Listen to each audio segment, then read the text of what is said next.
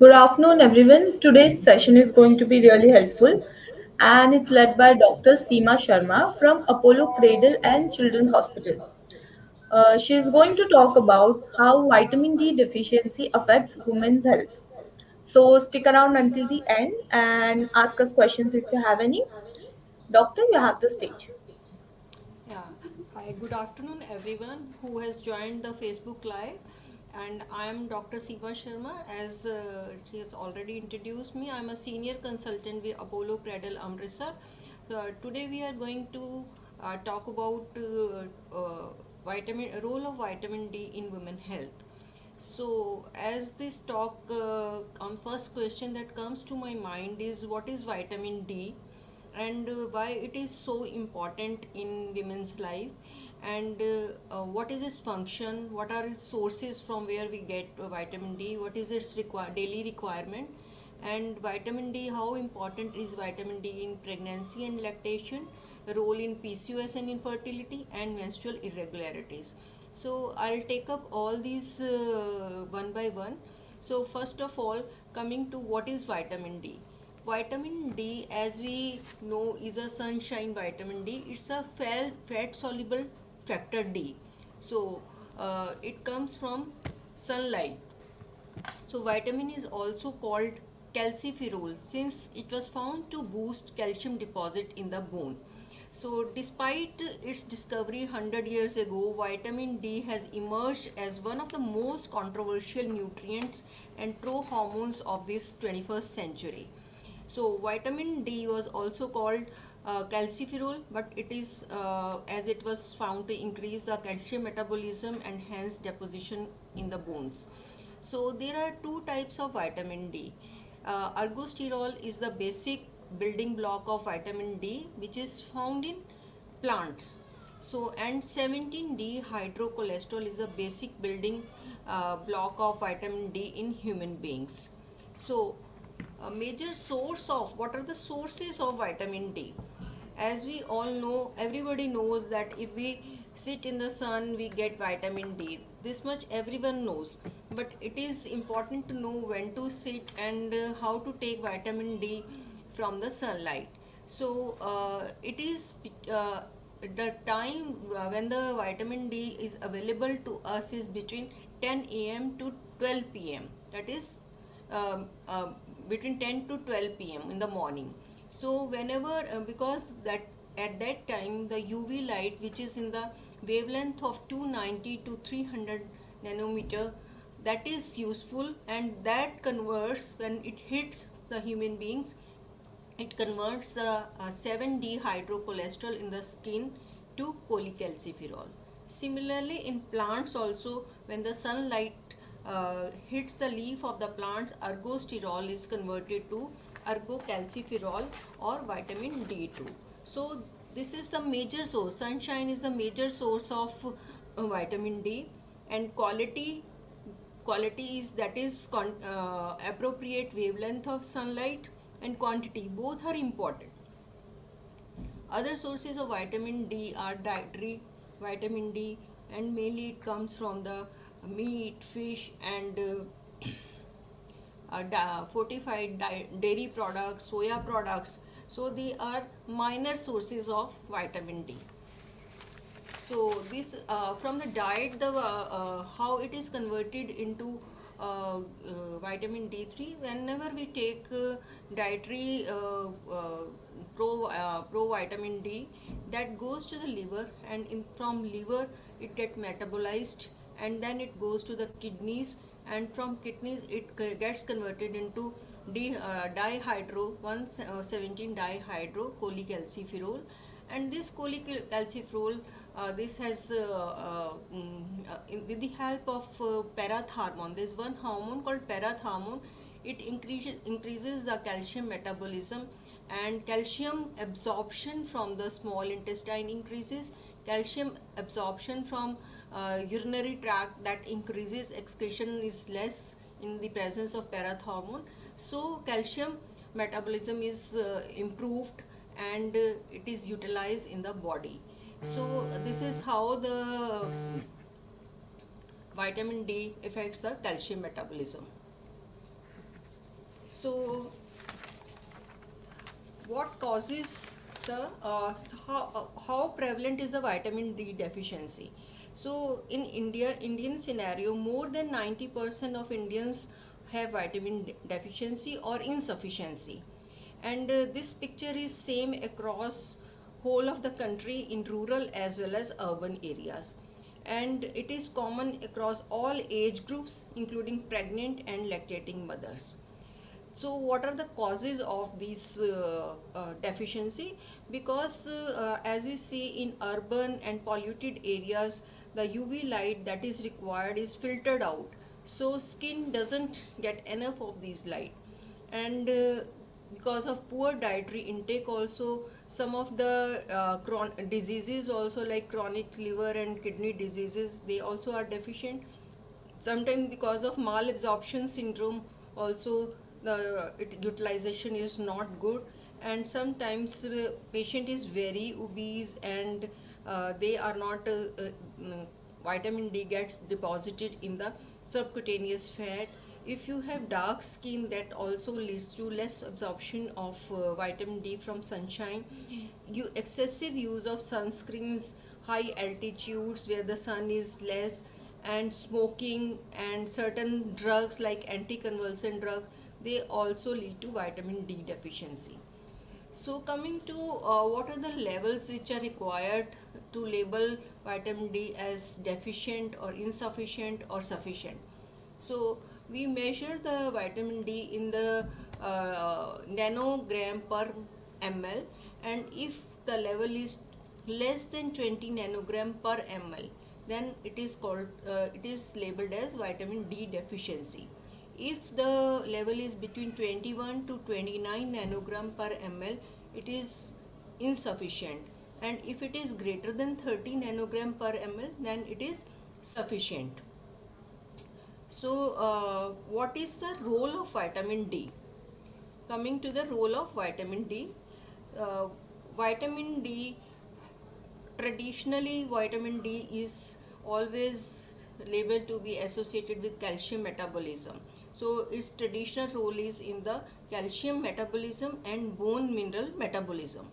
So it works with parathormone, acts on kidney, bone, intestine, and influences the gene expression, and it regulates its own synthesis and bone mineral metabolism, and calcium and phosphorus homeostasis, so maintaining the calcium phosphorus level in the body.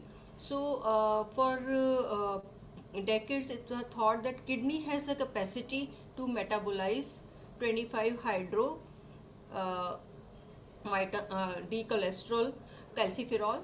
However, now extrarenal metabolism has been demonstrated in every organ system in the body. So, beside kidney, extrarenal metabolism भी चलता है vitamin D के लिए. So, extrarenal function जो vitamin D का है, that is more to help with the immune function of the body and the innate immunity, adaptive innate immunity. So it enhances the immunity against certain diseases. So emerging role of vitamin D, it is now considered important in cell differentiation and cell proliferation and immune function. So prevention and treatment of various cancers, it helps in prevention and treatment of various cancers.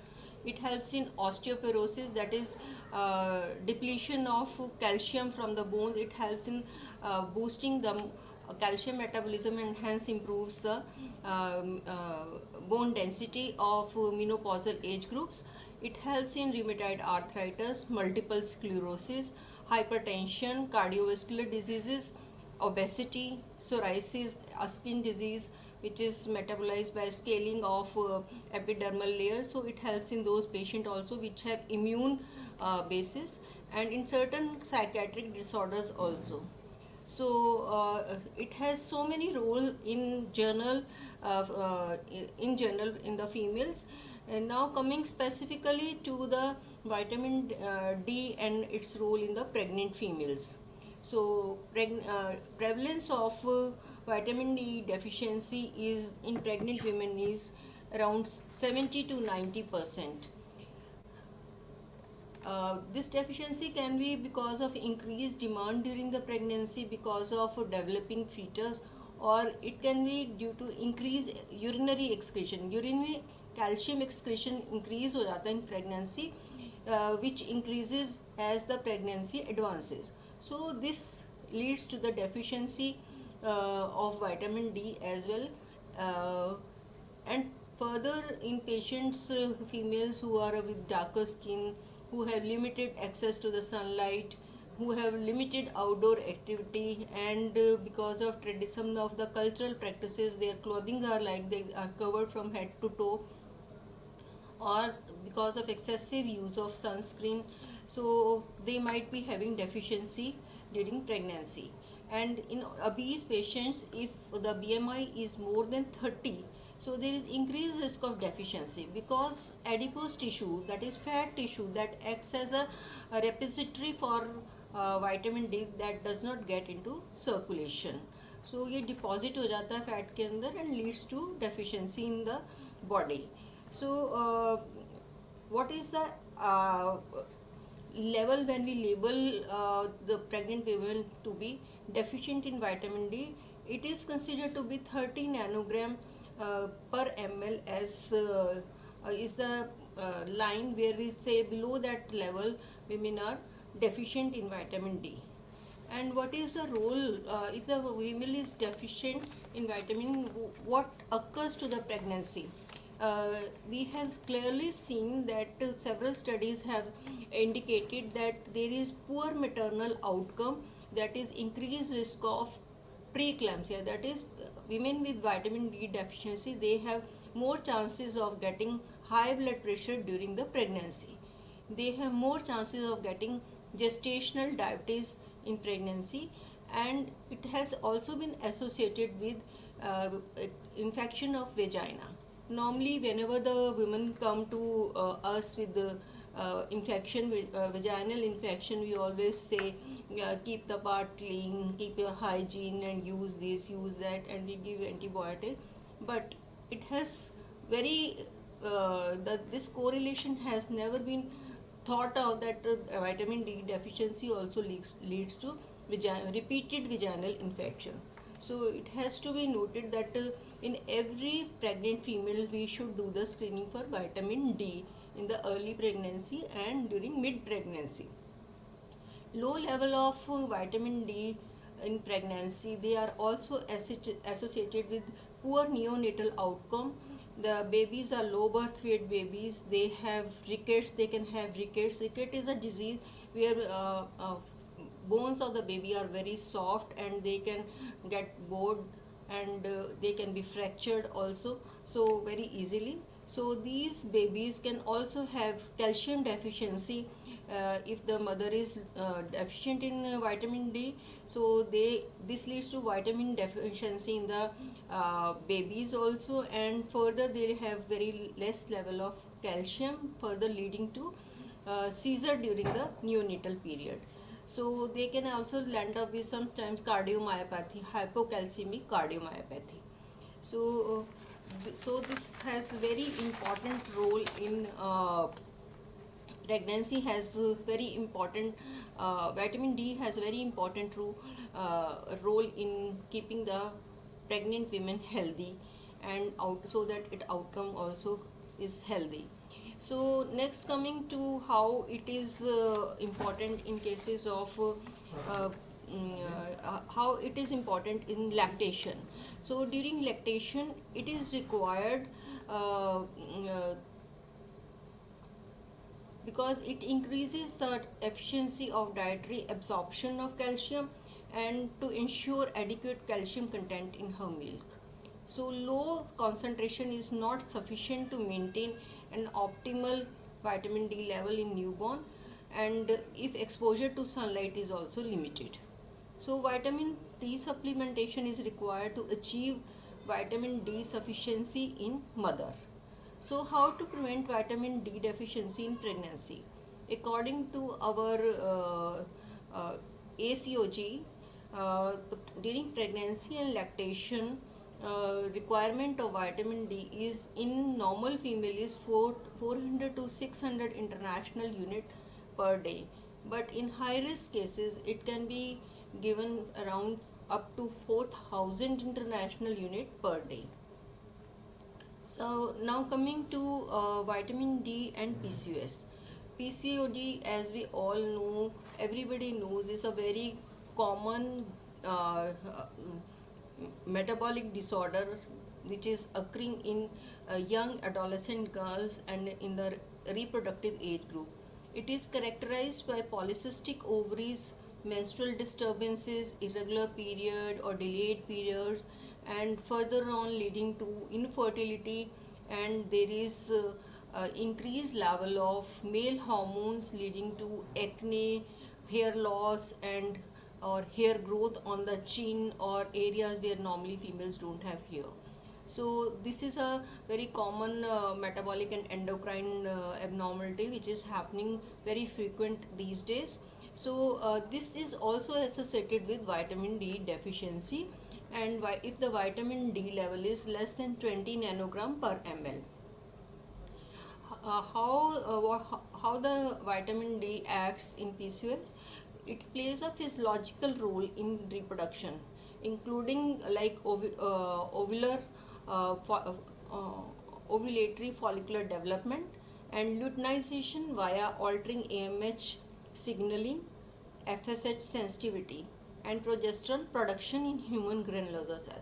So, vitamin D deficiency leads to increased level of parathormone.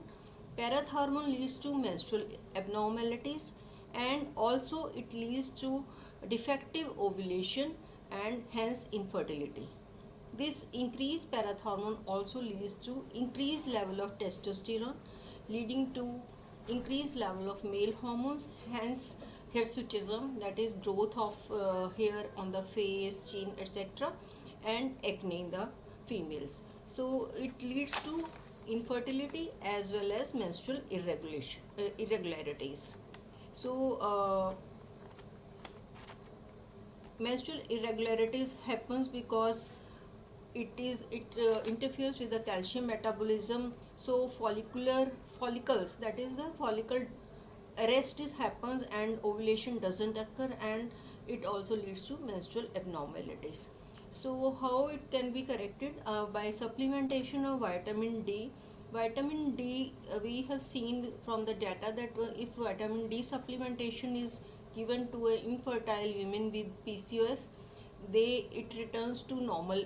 If it returns to normal level, there is improvement in the quality of embryos and higher clinically pregnancy rates.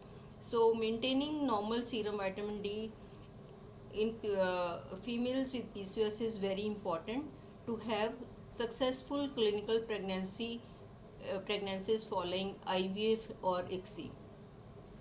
So we have seen that vitamin D as a core supplement it significantly increases the significantly improves the fasting blood sugar level, and resistance to the insulin resistance also decreases. So it sensitizes insulin and leads to lesser level of fasting blood glucose. So whenever in PCOS cases with infertility, whenever there is deficiency, it is better to supplement the vitamin D, and we can supplement up to 4000 international unit per day. So treatment, now coming to treatment of vitamin D deficiency, there are two options. Either we give the weekly dose followed by maintenance dose. So in weekly dose we give 60,000 international unit of vitamin D once a week for 8 weeks, followed by maintenance of 60,000 international unit once a month. Or we can give 1500 to 2000 international unit per day. Treatment with the higher doses is required in case of obese patient, in patient with malabsorption syndrome, patient on anti-epileptic drugs or anti-tubercular drugs. So second option is we give 60 to 60,000 to 1.2 lakh unit international unit per month.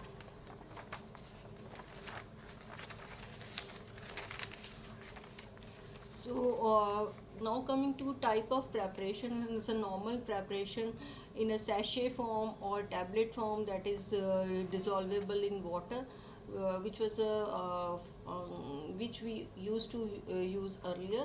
Now we have nanoparticle based vitamin D, which is pre-solubilized, matlab it is already digested form of vitamin D, and it is encapsulated in lipid, and it has very small particle less than 115 nm in diameter. So in harsh condition of GIT, that is in very acidic conditions, or in bile acids also, this nanoparticle maintains a structural integrity. So it is very effective. Nano droplet based formulation of vitamin D3 is very effective in correcting vitamin D levels in patient of vitamin D deficiency or insufficiency. So to conclude, uh, it is that there's a large prevalence of population which is vitamin D deficient. Around 62 to 87% of females are vitamin D deficient, and in PCOS cases prevalence rate is 67 to 85%, and the number of observational studies have demonstrated the association of vitamin D levels and various conditions like preeclampsia, PCOS, symptoms, infertility, and menstrual irregularities. And vitamin D is an emerging factor influencing female fertility and IVF outcome. Intervention with vitamin D at doses as high as 50,000 to 60,000 international unit is given in PCOS females. And vitamin D in nano form is highly stable, readily absorbable, effective in normalizing vitamin D levels in deficient individuals. Thank you very much. Any questions, you are most welcome to ask.